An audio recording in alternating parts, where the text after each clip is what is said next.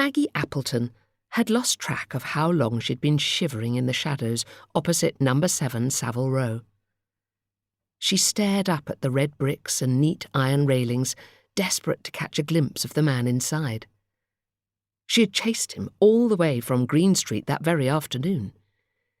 Even though he had been laden with bags and, oddly, clutching a bright copper saucepan, he had been too fast to catch. He had disappeared inside number 7 before she could even get close. Maggie had watched and waited, eyes watering in the blustery autumn wind. But when he didn't reappear, she slid back into the shadows and searched for the courage to knock on the front door. Remember, she told herself firmly, not to rush in and make a mess of everything. Now that darkness had fallen, she hoped the man wouldn't notice her best woolen dress was missing a button, or that her dark hair was tangled with knots. Stuffing her frozen hands into her cloak pockets, Maggie reached for the belongings inside. Her soot-stained fingers found the neatly folded drawing first, and the feel of it calmed her pounding heart. Even in the dim shadows, she could picture the bright brushstrokes Maman had painted, remembering every detail. Next, she felt for the silver shilling and clutched it tightly in her fist. The image of their neighbour, Mrs. Copthorne, slid into her mind.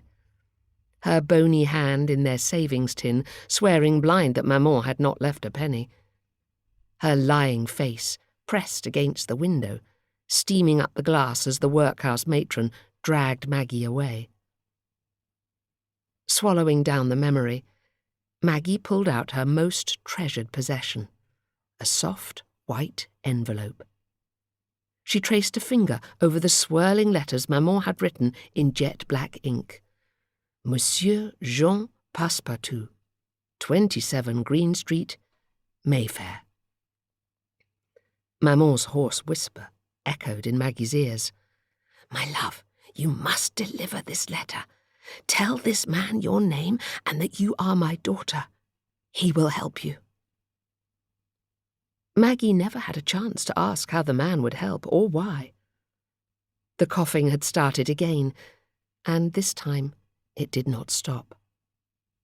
Maman was gone by morning, and the workhouse matron had come knocking that very same day.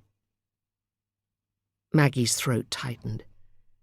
It had taken weeks to plan her escape from the workhouse, but it wouldn't take them long to find out she was missing. The matron would surely know by now that she'd run away. Maggie stared at the door, willing the man to come out so that she could thrust the letter into his hand, letting Maman's words say all that was needed. The moment the handle moves, I'll run to the door, hand him the letter and say, What are you up to, child? Maggie spun round so quickly she almost toppled over. A man had appeared from nowhere, as if conjured from the shadows. I asked you a question. The man's voice was as sharp as a shiver. What business do you have here? His face was thin and pale. He looked as if he had never once smiled in his life. His jacket was the colour of a rainstorm and hung loosely from hunched shoulders. Yet it was his eyes that struck Maggie. They were watery grey, like a river in winter. Maggie's mind screamed at her to run, but she couldn't risk losing sight of the man inside the house. She thrust out the envelope and her chin for good measure. I'm delivering this letter to number 7 Savile Row, she said firmly.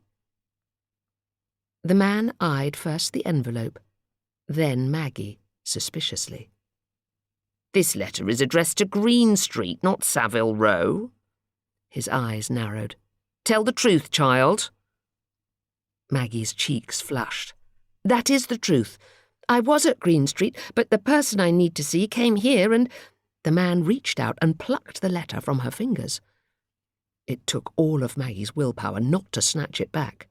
She hadn't let it out of her grasp since Maman had pressed it into her hand.